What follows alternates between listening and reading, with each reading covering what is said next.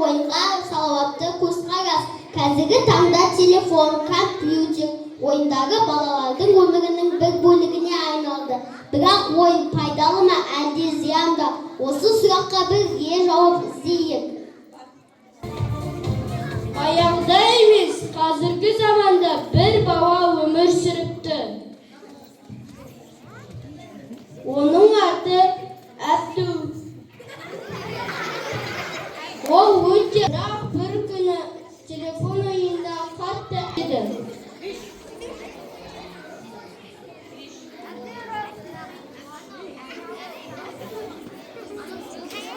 Кел Әли, бізге ойна.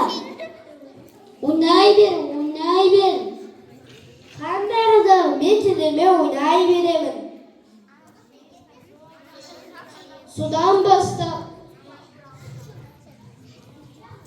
Бала, сабағын оқыдың ба? жоқ, мен сосын оқимын.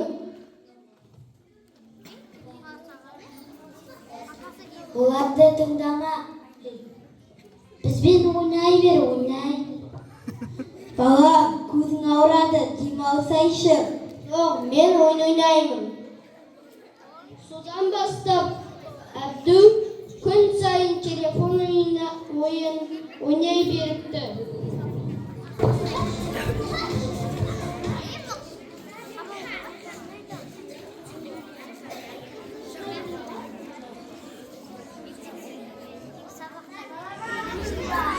Саламатсыздар ма балалар?